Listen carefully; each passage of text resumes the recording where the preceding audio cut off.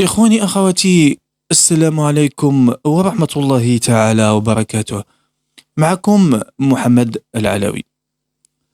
إخواني، مؤخرا الساحة المغربية عرفت واحد الغليان كبير بزاف بسبب اعتقال سعيد النصيري، رئيس نادي الوداد، والبعوي رئيس جهة الشرق، والملياردير المعروف في إطار ما يسمى بقضية اسكوبار الصحراء. وكانت خرجت يعني بزاف ديال المنابر إعلامية كتقول أنها يعني عندها يعني نقولوا معطيات بخصوص هاد المواضيع هذه.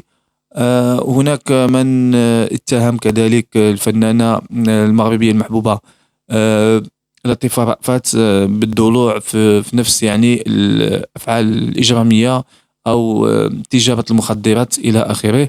كاين اللي مشى أبعد من ذلك، ولكن خرجت لطيفة رأفت بواحد التصريح اللي كذبت فيه كاع داكشي كامل، وقالت أن العلاقة ديالها يعني بابلو اسكوبار اللي كانت الزوج ديالها سابق هي كانت علاقة يعني محدودة، وكانت يعني ما عرفاش يعني بزاف ديال الأمور عليه، وما كانتش عارفة أنه يعني هو يعني رجل أعمال كيتاجر في المخدرات.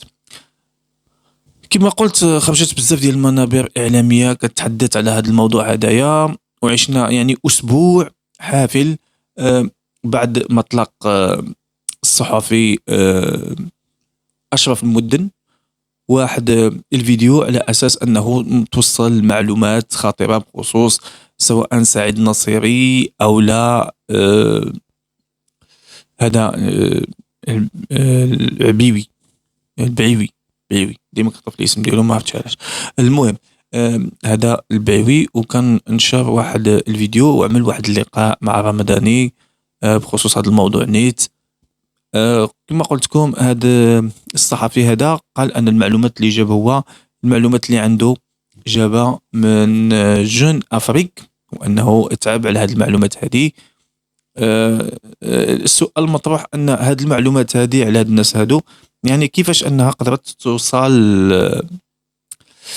توصل جون أفريك، وعلاش بالضبط يعني اللي ضالعين فيها ولا اللي متهمين فيها هما أعضاء وبرلمانيين معروفين من حزب البام أو لا التراكتور. أوكي، كما قلت هذا ملخص يعني الأحداث اللي عرفتها الساحة مؤخرا. وقل ما ننسى يعني حتى كاين بعض اللي تكلموا أن حتى فوزي القجع أنه داخل في هذا المعمعة هذه ديال سعيد النصيري، ولكن حتى حاجة مؤكدة، وحتى حنا يعني دورنا ممكن نأكد لكم حتى شي حاجة، خصوصا أن حتى الناس يعني اللي هما راهن الاعتقال ما نقدروش نأكدوا أو لا ننفيو التهم اللي منسبة اللي تثبت لهم، وخصوصا أن يعني الملف ديالهم يعني في يد القضاء، والقضاء هو اللي عنده الكلمة الأخيرة بالنسبة لهاد الناس هادو اللي هما راهن الاعتقال. أوكي، كما قلت حميد المهداوي مؤخرا يعني خرج بواحد التصريح ضد واحد اليوتيوبر معروف في أمريكا. هذا اليوتيوبر هذا كيضرب يعني في الرموز الملكية، في الرموز يعني في الرموز ديال البلاد، كيضرب في الملكية كما قلت، في الرموز ديال البلاد، كيستفز عباد الله. المهم انا شخصيا هذا الشخص هذا يعني ما عنديش معه بالعربيه اللي كيقول. هذا الشخص هذا ما كيعجبنيش لا طريقه التقديم ديالو ولا الطريقه ديال التحليل ديالو، وكيعمل راسو انه شخص يعني عارف يعني بزاف ديال الاشياء، واخا هو انه عاش في امريكان يعني عارف بزاف ديال المعلومات، وكان دخل على الخط ديال القضيه ديال وهبه خرشيش، وبدا كيهدا يعني كيتكلم وكيضرب في المديريه ديال الامن وفي الامن المغربي الى اخره. المهم انا نخليكم مع الفيديو هذا اللي تكلم فيه كما قلت لكم حميد المهداوي على هذا الشخص هذايا، وما غنزيدش يعني نتحدث انا على هذا الشخص هذايا. اللي ما كيعرفوش هو يوتيوبر مغربي مشى لامريكا من خلال الزوج ديالو. اشتغل بعض الكباريهات، اشتغل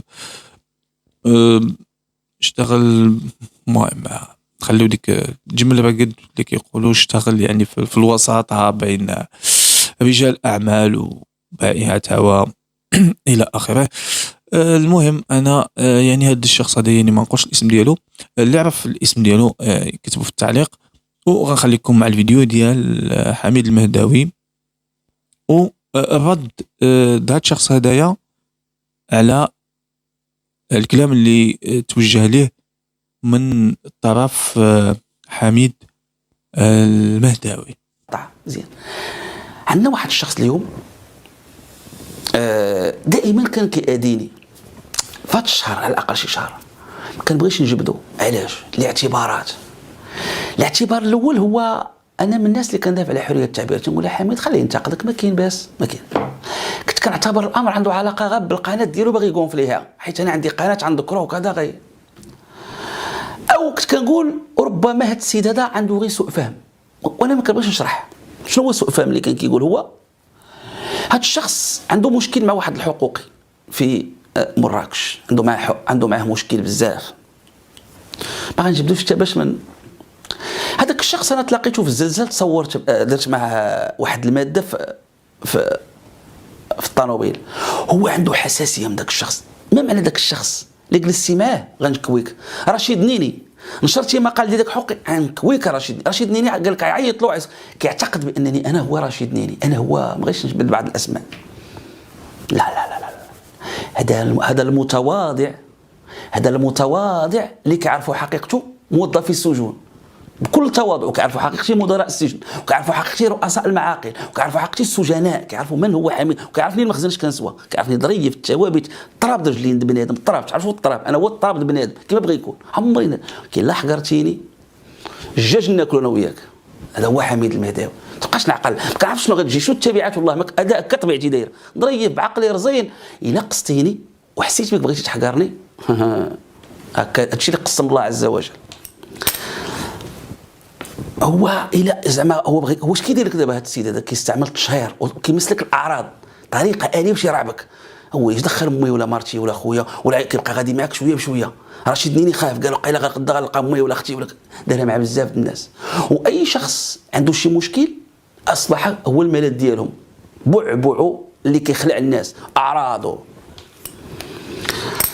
ايوا درت لك الماده مع انا صحفي، نتلاقى الشيطان، نتلاقى فلان، علاش دير مع فلان واش قال عليا؟ انت حباس جلس مع حباس، حباس جلس مع حباس، قاعد سحبوا لنا الحبس، سحبوا لنا الحبس داخلنا على ماشي مشكل. حباس قال انتم الحباسه وما الحباس. بقيت تصدمت فيه، بقيت تصدمت، بقيت كنديرها كنقول ليه مال هذا واخا كاع ماشي بهذه الدرجه، هادشي راه باقي ما كاين والو، ما كاين باس. بقى كل نهار كيحفر ليا شو اللي كيدير ليا، علاش قلتي المغرب وكاننا في كوريا الشماليه؟ اوي كاننا في كوريا الشماليه. انا 10 سنين وانا في الصحافه كنهضر، هو كيشوفني 4 سنين فيديوهات، ماشي قلت على كوريا الشماليه، قلت المصائب. ما عمره ما كان كيتهزوا الغيره على المغرب لا حتى دابا. ما وراء لقائك بداك الحقوق اللي ما كنحملوش، غنبقى عاد انا نولي كندافع على البلاد مزيان، ولا كيحسب لي الكلمات، ولا هو رئيس التحرير ديالي، مدير النشر. دابا حنا علاش كنقول لكم في هذا المغرب شوفوا الصحافه كيفاش كتشتغل. المغاربه ما ساعرضه عليكم خطير. قبل ما نبدا نعرضه، المهم بعد غادي نوصل لهاد النقطه هذه. قلت انا ما كاين باس، حباس ما حباس، وبدا عليا ما عرفتش شنو قال، بزاف د الحوايج تكرفص عليا مزيان. والله ما جاوبته ولا بغيت نجاوبه، صافي. انا ماشي كنتكبر عليه، انا ما فياش الطبع زعما صحابكم انا صحفي. تيقول لك بعد واحد لا انت صحفي ما تجاوبش يوتيوبر، لا. كاين شحال من يوتيوبر اشرف من بعض الصحفيين. ها هو صحفي مهنه، ينتمي للمهنه و40 عام وعنده بطاقه وسمسار ودول المستوى. وكاين صحفيين بزاف الله يعمر لهم الدار ونقيين، من احنا كلنا ملائكه. وشحال من يوتيوبر ود الناس مخلق تيخدم القضايا الجماعيه. هاد الناس مع صحفي ولا انا ما عنديش العبره بوزير ولا صحفي، ولا العبره بالاخلاق، العبره بالدفاع عن القضايا وعلى المظلومين. مزيان. قلت خليه صافي ما كاين باس. عاوتاني بدا يحفر عليا كيشد عاوتاني كل نهار كبر نهار وايلي جا النقاش عاوتاني ديال ديك القطعه الارضيه، حيت هنا الحلقه اهميتها. هو والموقع ديال السي الخباشي اللي انا لا اعرف لماذا هاجمني، لا اعرف.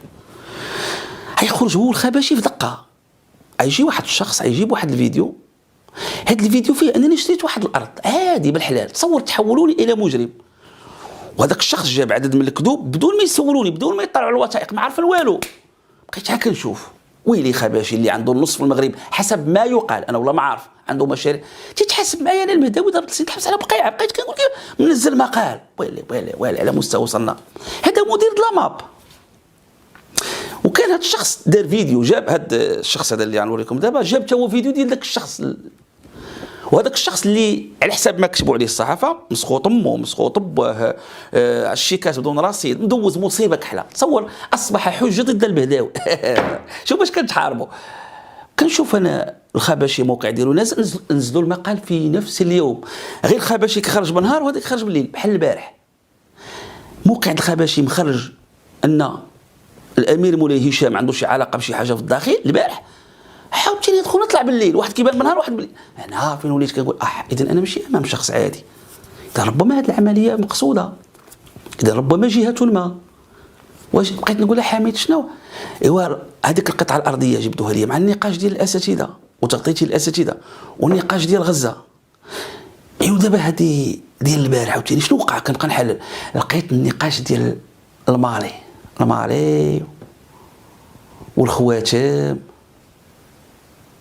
والخواتم